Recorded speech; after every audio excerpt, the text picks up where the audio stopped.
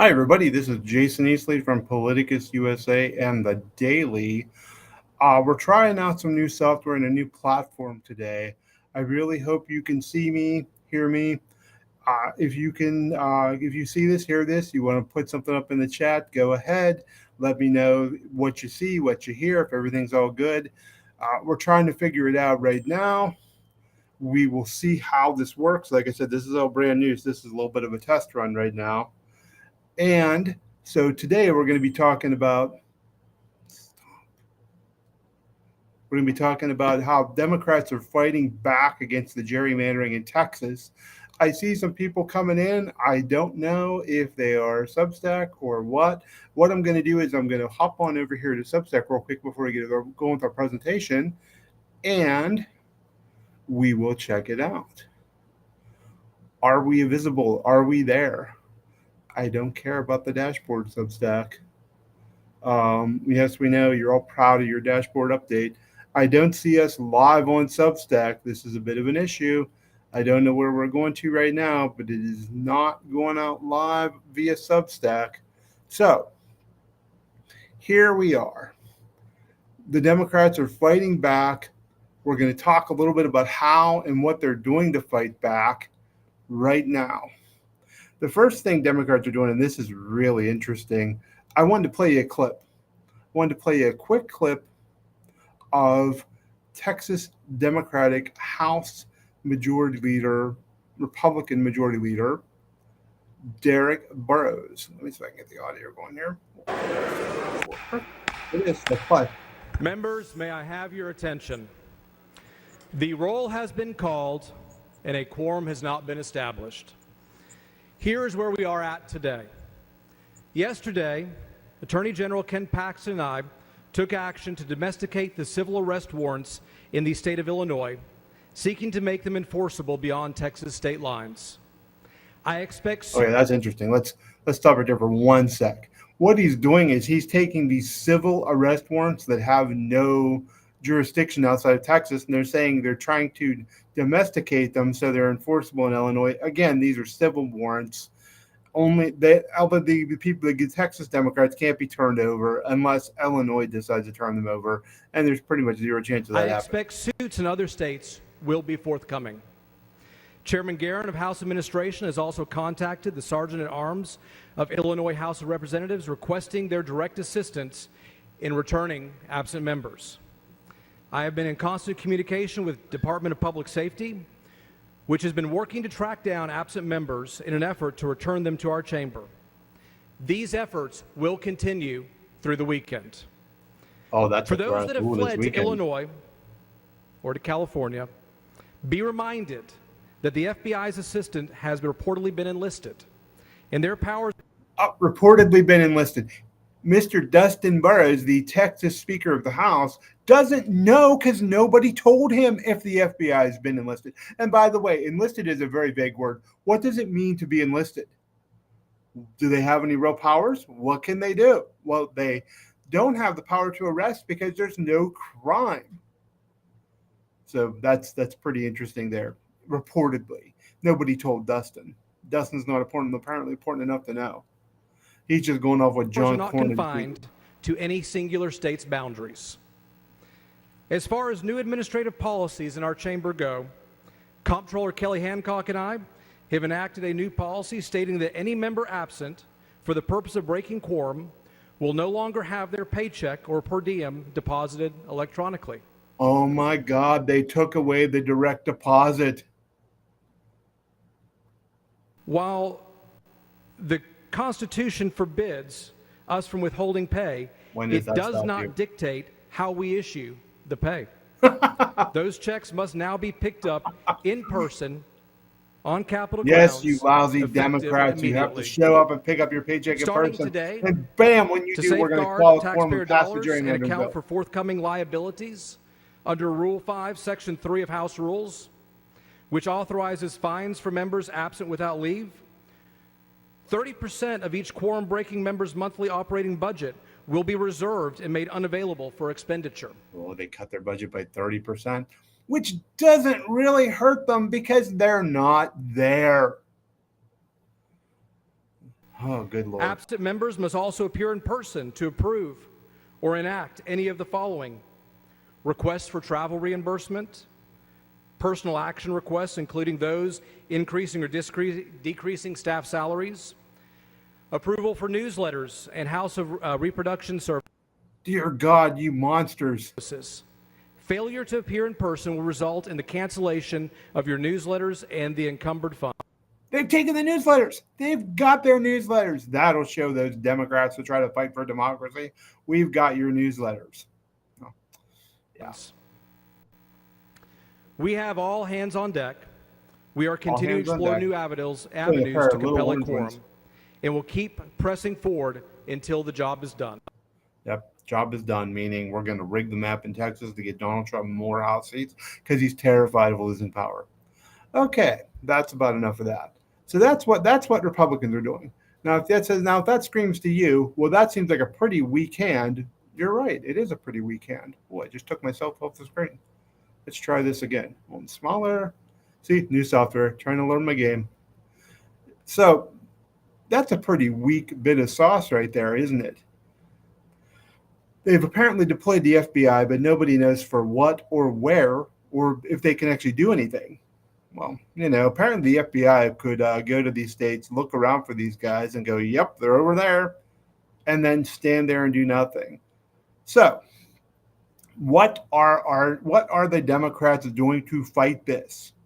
Well, let's see. First of all, you got Beto O'Rourke out there donating money, raising money, using his political organization to fund the expenses of the Democrats who have left, which is a fabulous idea that we're going to have more to say about in a minute or two here. Secondly, we have House Democrats like Jamie Raskin, Jasmine Crockett, Greg Cesar, and Robert Garcia have launched an investigation into this use of the FBI. And what they want to know is, why are you misusing federal law enforcement resources for something that's a state level matter and not a crime?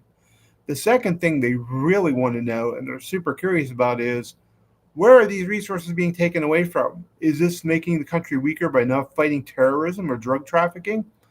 Really good question.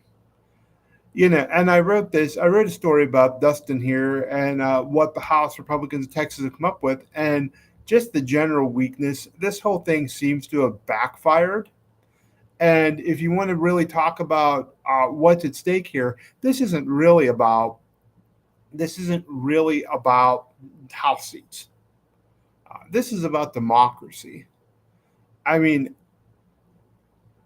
as Rep. Trey Martinez Fisher of San Antonio said in a story that Sarah Jones wrote today for the Daily, it takes an act of defiance like this to wake the country up and let them know that our democracy is being stolen right now, right in front of our eyes. If we're going to be the spark that lights that fire, then we're doing our jobs. So it really doesn't seem like the Democrats are going to go home anytime soon. I mean, this is what Sarah wrote something really great here about Democrats potentially being torn on how to respond to this. And she suggested that the left shouldn't get stuck in ivory tower syndrome, which means that, you can't take the high road, take the moral high ground and feel intellectually superior. Because Republicans are playing to win, and they're playing with democracy here, and they're playing to end the democracy. They're not playing around. They're not screwing around. So, the Democrats tried to do the right thing under Joe Biden. They tried to get everybody involved. They tried to make everything happen. But I'm just opening up the chat window here. If anybody wants to chat that's watching, please drop us a message. I'm right here. We'll chat right along with you. Democrats tried to take the high ground. Didn't work. Didn't work at all. Not worth it. Didn't work. What happened when Democrats took the high ground? Donald Trump ended up back in the White House. So the proper and better idea in this situation, very simply, is to fight. You have to fight. And, I would say the Democratic base has been much more engaged in fighting, and they were much more aware of the issue before Donald Trump ever came into office. House Democrats were the first. They were much more because their seats are up every 2 years. They're the ears to the ground. So they were involved. They were fighting back. They were devising a strategy. It's Hakeem Jeffries who said that this Epstein thing was a big deal while Democrats were poo pooing him and telling him to shut up, basically. And Jeffries turned out to be right because the polling shows, and I don't want to get too far off track, but the polling shows from a UMass Amherst who actually did some deep dive asking about the Epstein question that the Epstein question connects in Americans' minds with Donald Trump, corruption, and criminality. So Epstein criminal, Trump criminal, corruption, criminality. Corruption is where the cover up comes in. The American people are very aware and clear this is a cover up. So that is how the dots connect. So whenever you want to talk about, well, it doesn't matter and Democrats shouldn't do this or Democrats shouldn't do that, all of these things matter. And you never know what's going to resonate with the country, which is why it's important for Democrats to fight.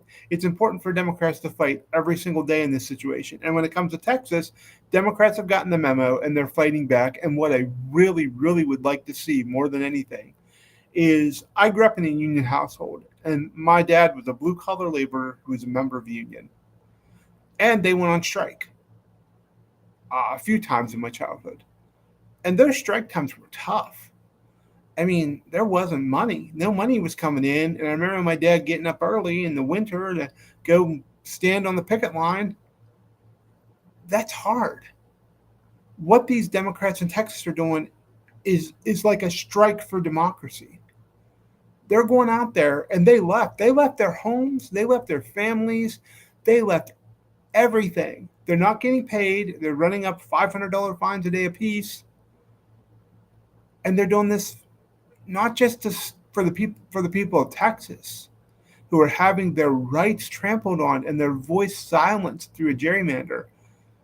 They're doing this for the American people. To stand up and say, this is not right, this is not wrong, this is not democracy, and we need to do whatever we can do. This is a 5-alarm fire, and we need to pull the lever and tell everyone. So, let's treat these Texas Democrats, there's 50 or so of them, like they're strikers. What would happen if the Democratic Party said, being that we see that good old Dustin here doesn't have much in his toolbox to really punish the Democrats that left the state. And by the way, they didn't flee. They're not running away. They're not criminals. They voluntarily left. They took a principled stand and left. So we can see Dustin and the Republicans don't have much in the toolbox to bring them back. Greg Abbott is saying he's going to call special session after special session until the Democrats come back and he can pass his map. But Greg Abbott also has a deadline. Greg Abbott's deadline is the end of the year. If this map is not gerrymandered by the end of the year, then it doesn't go into effect at all for the midterm. My proposal, being from a union household, is very simply this. If Democrats had their act together, which I know is sometimes really stretching it, what they should do is they should go to their donors, set up basically what is a democracy fund, a strike fund, we would call it in terms of for union workers. And go to all your donors, go to every person that voted for the Harris Walz ticket and ask for $1. And don't go to a super PAC. Don't take out administrative costs. $1.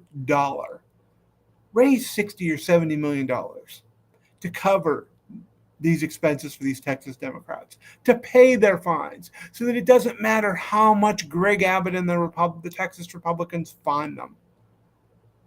It's covered. So that it doesn't matter, so they can bring their families wherever they've gone and keep those Democrats out of Texas for the rest of the year. Wouldn't that send a message? Wouldn't that send a message? Wouldn't that make everybody go, wow, the Democrats are serious about this? And it wasn't just the 50 Texas Democrats. It was every Democrat in the party that stepped up and said, we got you. We got your back. We're not going to let this happen. We're going to fight. We're not just going to talk about democracy as a threat. And then once Donald Trump wins the election, say, well, democracy didn't play well with voters, so we're not going to talk about that anymore. I mean, it's ridiculous. It's utterly ridiculous that these people were so big in talking about democracy for years, and then when they found out it wasn't a winning campaign issue, they stopped. What does that tell you? Is this a group of people that are serious about protecting democracy, or are they listening to some high paid consultants that are just telling them, well, this polls well with voters? And then when they lost the election, a lot of them stopped talking about democracy. A lot of them stopped. Why did they stop? Oh, we got some comments. Republicans are out of their minds. There, we're going to see if this works. Look at that. Right there on the screen. See, our commenter says, glad Texas Democrats are fighting back. Someone has to defend the country. Thank you. And thank you very much for our comments. We're gonna put these comments on the stream here so everybody can see them. There they are on the sidebar. I don't know how the system is really working for everybody. If everybody can comment and leave comments. I have a feeling that our regular Substackers are not with us right now, or else they would be very active right here. So here we are. This is our situation. What are we going to do? You have a choice. You can sit on your hands. You can watch cable news. And you can just follow the coverage and, maybe tell some people, tell some friends and whatnot about what's happening and bemoan it. Or you can step up. You can demand that the Democratic Party takes care of these Texas Democrats. You can demand they take the fight to the next level. You can do that. Yeah. You can do it all. Oh, there we go. Here we run the first comment. Look at this. This is a good one here. Finish business. I stand with Texas Democrats and the people who are our country. Yes, those people are our country, and they deserve to be stood with, and I think we all do. But I'm a little disappointed that we don't have more of an organized effort to stand with them. I don't know. Are you guys disappointed? Would you guys like the Democratic Party to be doing more? I mean, instead of just meeting with the Texas Democrats, would you props to Hakeem Jeffries. He went down there, met with them, held a press conference. He met with the Texas congressional delegation, and he's been taking on Greg Abbott for months on this and other issues, because this has been coming for a while. It's not like they haven't telegraphed this. If you have a comment, if you have a question, please leave the comment or question. I will answer every comment or question you have. I will do my best. This is a discussion forum. In our usual Substack group, we sit there and we take questions and answers. So if our Substack people aren't there, we're going to do this with a new group of people. This is a very interactive forum. Please interact. I believe this is CS. Notice how media is silent about Republicans sending FBI head sending their deranged armed lunatics to. Wait, there's more. Hunt the Democrats. They said a bomb threat was called into their hotel. Yes, a bomb threat was called in to their hotel in Illinois. That's the kind of thing that's going on. That is exactly what's happening. And the Democrats are fighting back. People have to defend the country. And I just wish the Democratic Party would. They have no qualms about asking people for money every 5 minutes. Please chip in $5. Please chip in $1. Please chip in 47 cents, or God will call me home. I believe that was Oral Roberts. God will call me home. Yeah. So we get these fundraising pleas. Everybody gets them. Everybody. If you've ever signed up for anything, even if I do it for journalistic professional reasons, my email box is just dive bombed with these pleas for money. Okay? They want money. Well, this time, if they want money, they got to show you what they're going to do with it, and they got to give it to the people who need it and are fighting hard. Here's one from Ronald Jean Bailey. Let's read this one. I would like to see Abbott put in prison for the rest of his sorry ass life for being a traitor to America and its Constitution. Yes, Ronald Bailey. I believe that, the odds of that ever happening aren't great, but Greg Abbott has done some really, really crappy things. And if you talk to the people in Texas, Texans, that is, I don't know if you're one or not, they would tell you that he's corrupt to the core and that the Texas Republican Party has been in power for so long that it is corrupt to the core. So that's where we're at. I'm going to keep hammering this drum. I'm going to give you one more time. I see people still coming in. Folks, the Democrats need to organize, use some of that fundraising muscle, and support these Texans who have taken a stand for the government and for the Constitution. I'm telling you right now, this needs to happen. This is the moment, and this is the time. They can't wait till next year, and then after all this is gerrymandered, go, oh, wow, we should have done something, as Democrats are famous for doing. Don't do that. And by the way, let's talk about this gerrymander for just a minute. A study from the Brookings Institute found gerrymanders don't matter. If the Republicans gerrymander, as Sarah wrote in her story today, all the seats they can get, they're hoping to maybe get 12 seats they could potentially win. Now, the Cook Political Report analyzed Texas, and they said out of those 5 districts, Republicans may pick up 2 of them. So just because you gerrymander a district doesn't mean you're going to win. It doesn't mean that that district is lost, and because they can't. There's something called a dummy mander, and y'all might be familiar with it. Maybe you're not. But the dummy mander is very simply what happens when a party dilutes their own vote in a district so much that they hurt themselves by weakening other formerly strong districts that they held. So let's say Texas Republicans, by gerrymandering 5 districts to help themselves pick up 5 seats theoretically, they have weakened themselves in 5 other places by taking out a solidly Republican majority of those districts. Those districts could flip. And by the way, 12 seats, folks, 12 seats is not enough for the gerrymander to work. 12 seats isn't going to keep the House majority for them. The average, I want to say the average midterm loss, but it could just be something more historical with these flips, is around 23 seats. I need to look that up to be sure. So until Republicans get around 25 gerrymandered seats, this isn't really going to work out well for them. This is going to maybe hold down the damage a little bit. But it's if there's a wave election, and right now the rumblings are among the data analysts that with the economic climate the way it is, with the approval rating of Trump and the Republican Party where it is, and by the way, the stupidest thing in polling is the polling of party popularity. Do you know why? Do you know why it's so idiotic to poll about party popularity? Parties aren't on ballots.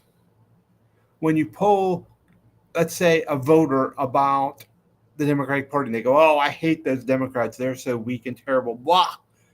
But then when you ask them about their Democratic senator or congressperson, oh, but they're different. I love them. Parties don't run elections. Individuals do. That's why this whole, and I almost did it to myself there. That's why I caught myself. Party polling is useless. Completely and utterly useless. So do not, when the media starts running headlines about, oh, the Democratic Party's historic unpopularity, it doesn't mean a GD thing. Okay? Just like, oh, the Republican Party is historically unpopular, doesn't mean a thing. Meaningless. Well, you tell me when the Republican Party is on a ballot and somebody has a choice to vote for the Republican or Democratic Party, not the Republican or Democratic candidate. You tell me. Then we'll have a measurement. So, Democrats are fighting back. I would love to see Democrats get stronger around this. Democrats need to fund these Texas Democrats. The party has plenty of money. I know you wouldn't believe it by looking at the fundraising emails that come at you every day and the text and everything else. They got plenty of money. Stop giving it to all these consultants that are wrong in elections regularly and give it to these people fighting for democracy. Right now in the comments, I'm going to put the link to, Ronald has a great point. Right now in the comments, I'm going to put the link to our Substack, The Daily with Sarah Jones. This is a fabulous publication. And if you're not reading it every day, you are seriously missing out on some of the best in-depth writing out there. Oh, look at that. Streaming on Substack. What do you look at that? It is streaming here. Huh, okay. I didn't know. And then it started playing the volume for me. That's a bit of a problem. Okay. So this is Sarah's most recent story. This is The Daily with Sarah Jones. This is some of the most insightful, in-depth writing you are going to find anywhere. I'm putting the message up here. Please subscribe to The Daily. It is $6 a month for everything, for the whole kit and caboodle. It is well worth it. We definitely want you to come to the publication, see everything. There's the link to The Daily. There's the link to Sarah's latest story. Hurry up and grab it out of the comments. Go read it. That's Politicus USA is the Substack where you can find me a good bit of the time. I'm also at The Daily too. I help out over there, and I do some stuff over at Politicus USA as well. I would be really appreciative. It is also $6 a month. We have not found a good way to bundle these together yet, but that is something we've talked about in the past. This is Politicus USA. It is also $6 a month. It is more political news. So if you would like to just get your news headlines, ignore the corporate media, the great combination is if you read Sarah, you get all the smart analysis. It's like having a really, really smart version of the best political analyst you know right there at your fingertips. She gets compared to Rachel Maddow a lot. I think Rachel is very gifted. I think Sarah is very gifted. They do different kind of things. Sarah is more populistic and grassrootsy. She's in the fight. She's in for women's rights. She's there. She's definitely somebody y'all need to be checking out. So, if you can subscribe to politicususa.com or The Daily, we both write free content each day. They're both out there for you. And there's also some great paid content. There's live chats. There's videos. We do a lot of stuff. You definitely get your $6 worth if you subscribe to Politicus USA or The Daily. I'm so glad this is a new platform. I'm not sure if notices went out to everybody. This, to be honest, was kind of a test to see how things work. I'm kind of getting used to things myself. So I hope you liked it. Thank you very much. There's the link to Politicus USA. We'll put the link back up to The Daily real quick.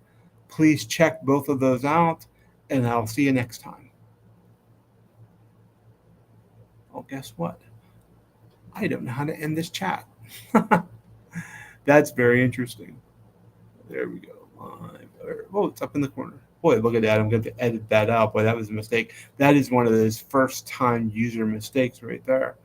But yeah, so this is it for Politicus USA and The Daily. I'm Jason Easley. We'll see you soon.